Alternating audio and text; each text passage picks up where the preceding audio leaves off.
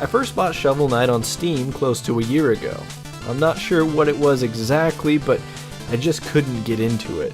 Perhaps my mind was expecting a certain thing that just wasn't being represented. After all, Shovel Knight draws heavy influence from classic retro games like Mega Man, The Legend of Zelda 2, and DuckTales, just to name a few. A few weeks back, I was looking through my Steam library and saw Shovel Knight sitting there. I figured, what the heck, I'll give it another shot. Boy, am I glad I did. I've played through Shovel Knight twice now, once just to give it a fair shake and again to capture the footage for this review, and both times I had a blast.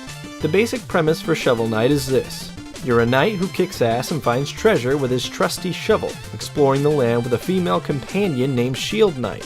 One day, Shovel Knight and Shield Knight come up against a power in the Tower of Fate that takes Shield Knight captive.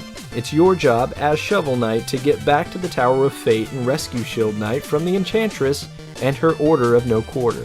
As Shovel Knight, you have basic shovel attacks to start out with, including thrusting your spade at a target and a pogo attack that's straight out of DuckTales for the NES. Levels are extremely reminiscent of Mega Man, often mixing challenging enemies with some sort of pattern solving. I've heard a lot of people say that Shovel Knight is a very challenging game, and I'd agree with that. Shovel Knight is indeed a challenge, but it was never too difficult to the point where I felt that I couldn't get past a spot. Shovel Knight is the good kind of challenging. It feels like the developers have given you all the necessary tools, knowledge, and, most importantly, control to tackle any challenge they throw your way. The overworld map works and looks just like Mario 3, complete with moving enemy encounters on random parts of the board. And much like Zelda 2, you can walk around a 2D side-scrolling village, talking to all the residents and buying things from the shops. There's also a potion minigame if you're looking to gamble some gold. Earlier I said that Shovel Knight is just like Mega Man. Unlike Mega Man, however, you'll have to complete most of Shovel Knight in a fairly linear manner. Every time you beat a level, you'll unlock a few more, and you can choose between which level you want to try first.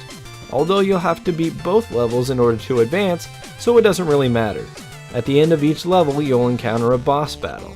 Boss battles vary in difficulty, but each one has their unique patterns and abilities that you'll have to figure out in order to top them. There's no real shortage of boss battles either. Along the way, you'll collect lots of treasure, which you can then use to buy upgrades. Collecting treasure is so rewarding, just the way that Shovel Knight digs through the treasure chests and all the secret spots that you can find, all the way down to how it sounds when you collect the treasure. It never seems to get old. I don't want to spoil too much of the game because discovering the power-ups and seeing what lies ahead is best experienced on your own. It took me about 6 to 7 hours to run through Shovel Knight's main campaign, and even less time the second playthrough. Luckily, the folks at Yacht Club Games added in more for you to do. Firstly, there's the ability to play through the game as Plague Knight, a boss that Shovel Knight fights in the original campaign.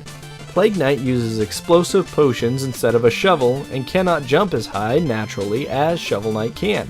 This mode is unlocked once you beat the game with Shovel Knight. It's fun trying to go back through the same levels, trying to find a different approach for the unique abilities of Plague Knight. There are also challenges in the game that will have you use a certain power of Shovel Knight to run through an obstacle course. There are tons of these challenges, and you can always go back through trying to beat your best time. The music in Shovel Knight is absolutely on point. It's some of the best video game music out there, and it feels like it would have fit right in with all those catchy bit tunes of the 80s and 90s.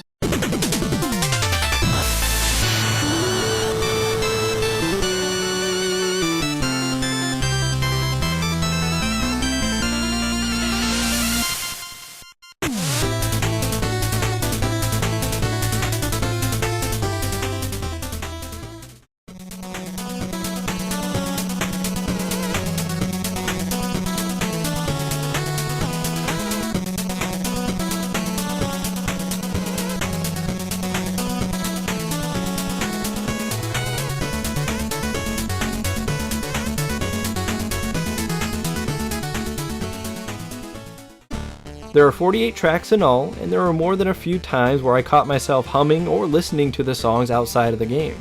The visual style might be the best thing about Shovel Knight.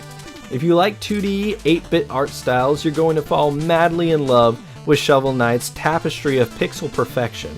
There are many different landscapes and colors to see throughout the world, and I never got tired of looking at Shovel Knight.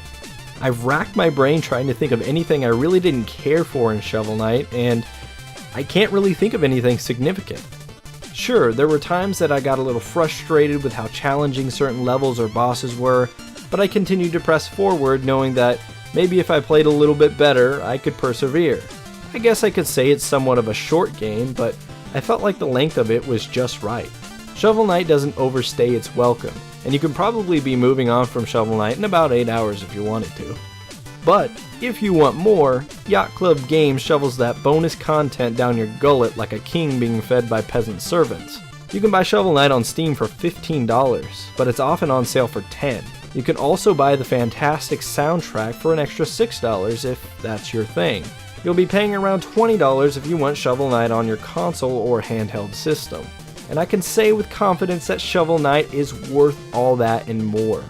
The art, music, spot-on controls, stern but fair difficulty, and replay value all make this a must-buy game.